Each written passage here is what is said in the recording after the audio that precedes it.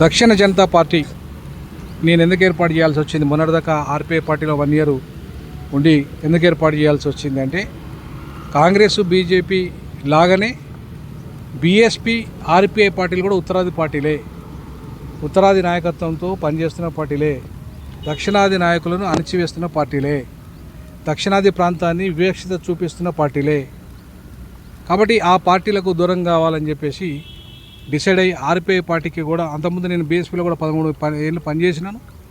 So ఇప్పుడు ఆర్పీఐలో కూడా అది దక్షిణాది ఎక్కడ కూడా అంటే దక్షిణాది సమస్యలను పట్టించుకోవడం కానీ, దక్షిణాది సమస్యల గురించి ఆలోచించడం కానీ చేయడం లేదు.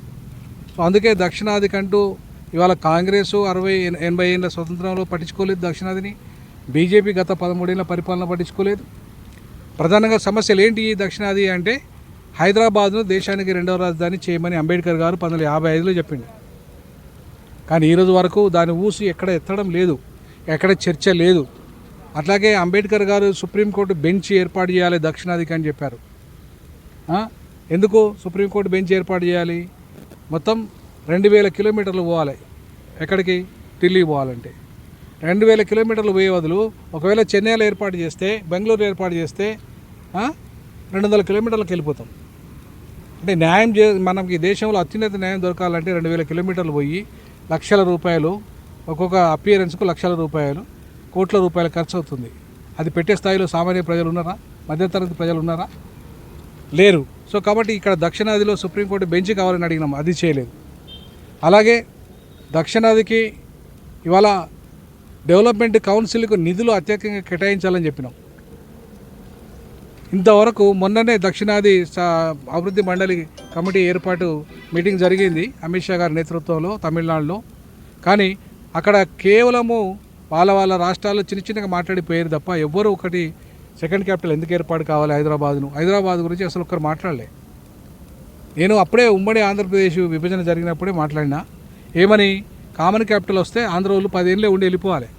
ఎవడో ఉత్తరాది వచ్చి, ఉత్తరాది వాళ్ళంతా కూడా మార్వాడి, గుజరాతీ, రాజస్థానీ, పంజాబీ, హర్యానా వీళ్ళంతా కూడా వచ్చి షాపులు పెట్టుకొని మొత్తం మనకు ఉపాధి లేకుండా, ఉద్యోగ అవకాశాలు లేకుండా, వ్యాపారాలు లేకుండా చేస్తున్నప్పుడు ఒక ఆంధ్రలో మాత్రమే ఇవాళ ఎల్లగొట్టి తెలంగాణ ఏర్పాటు చేశారు. మరి ఉత్తరాది వాళ్ళ సంగతి ఏంది? ఉత్తరాది వాళ్ళను ఇక్కడికి వెళ్ళి ఎందుకు వెళ్ళగొడతలేరు? ఇక్కడ ఉత్తరాది పెట్టే ఏ షాపులన్నా మన వాళ్ళని పెట్టుకుంటున్నారనే ఏ ఒక్కరినన్నా 75% ఇక్కడ ఉద్యోగాలు కల్పించాలి. ఎవరు షాప్ పెట్టినా సరే, ఆడ ఏ రాష్ట్రం కూడా పెట్టినా సరే. కానీ తెలంగాణ వాళ్ళకు ఒక్కరు కూడా ఇస్తారు ఉద్యోగాలు. వాళ్ళు అది ఐటీ సెక్టార్ కావచ్చు, ఏ సెక్టార్ అయినా కానీ ఇవాళ ఉత్తరాది వాళ్ళు పెట్టే ప్రతి దాంట్లో ఉత్తరాది వాళ్ళని తీసుకొచ్చి పెట్టుకుంటున్నారు. సో ఇవాళ ఈవెన్ మొన్నటిదాకా ఆంధ్రలో పెట్టుకున్నారు. తెలంగాణ ప్రతి రాష్ట్రంలో గవర్నమెంట్ ఉద్యోగాలు అయితే 95% గవర్నమెంట్ ఉద్యోగాలు ఇవ్వాల్సిందే. అలాగే ప్రైవేట్ ఉద్యోగాలు అయితే 75% ఇవ్వాలి. ఇది జీవో, ఇది ప్రభుత్వ జీవో. మరి దాన్ని ఇక్కడ అమలు చేయడం లేదు. సో అందుకే ఇవాళ దక్షిణాదికి అడుగడుగున జరుగుతున్న అన్యాయాలు. ఇవాళ 1.5 కోటి పైగా తెలంగాణ నిరుద్యోగులు ఉన్నారు. మరి ఎక్కడ వాళ్ళకు ఉద్యోగాలు వస్తున్నాయి? 1,00,000 ఉద్యోగాలు కూడా రాలే.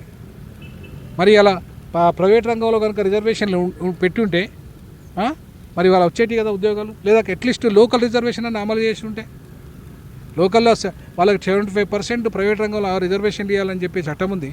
దాన్ని ఎందుకు తెలంగాణ ప్రభుత్వం అమలు చేయట్లేదు? గత ప్రభుత్వం ఎందుకు అమలు చేయలేదు? ఇప్పుడున్న ప్రభుత్వం ఎందుకు అమలు చేయట్లేదు? అంటే ఇవాళ తెలంగాణ నిరుద్యోగులను నట్టేట ముంచడం, అన్యాయం చేయడం, వాళ్ళని పట్టించుకోకపోవడం, ఇట్లాంటి దుర్మార్గాలు జరుగుతున్నాయి. ముఖ్యంగా దక్షిణాదికి దేశ 2వ రాజధానిగా హైదరాబాద్ చేయడం వల్ల ఇవాళ తెలంగాణలో 10 లక్షల ప్రభుత్వ ఉద్యోగాలు వస్తాయి.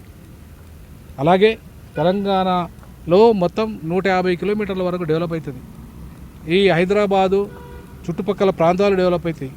అలాగే మొత్తం 157 దేశాల ఫారెన్ ఎంబసీస్ వస్తాయి ఇక్కడికి. విదేశీ ఏమంటుందని ఎంబసీలు, తెలుగులో ఎంబసీలు వస్తాయి, రాయబార కార్యాలయాలు వస్తాయి. సో అవి పెట్టే పన్ను హైదరాబాద్ డెవలప్మెంట్కి బాగా పనిచేస్తుంది. ఇప్పుడు ఢిల్లీకి 157 దేశాలు పన్ను కడుతున్నాయి మున్సిపాలిటీకి. మరి హైదరాబాద్ మున్సిపాలిటీకి ఆ 157 దేశాలు పన్ను కడితే ఎంత వస్తుంది మనకు?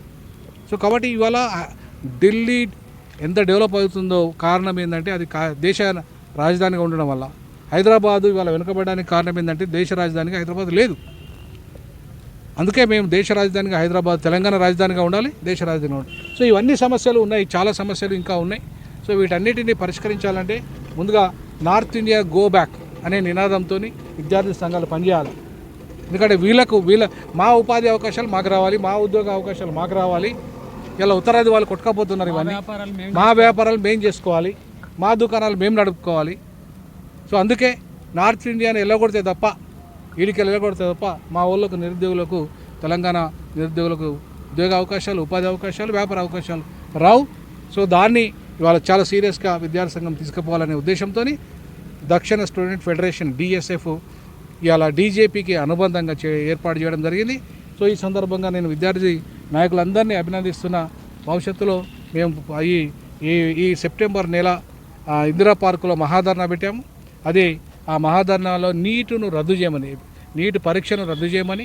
సో దానికి సంబంధించి త్వరలోనే ఆర్ట్స్ కాలేజీలో అన్ని విద్యార్థి సంఘాలతో ఒక రౌండ్ టేబుల్ ఏర్పాటు చేసి ఇలా దాని మీద చర్చ పెట్టి ఖచ్చితంగా ఈ ఉద్యమాన్ని ముందుకు తీసుకెళ్ళి ముందు నడిపించే బాధ్యత మీ అందరి మీద ఉంది. తెలంగాణలో ఒక బలమైన శక్తిగా DSF ఏర్పాటు కావాలి. ఆ దిశగా అడుగులు వేయాలని చెప్పేసి నేను ఈ సందర్భంగా రాష్ట్ర కమిటీని మీ అందరినీ కోరుకుంటున్నా.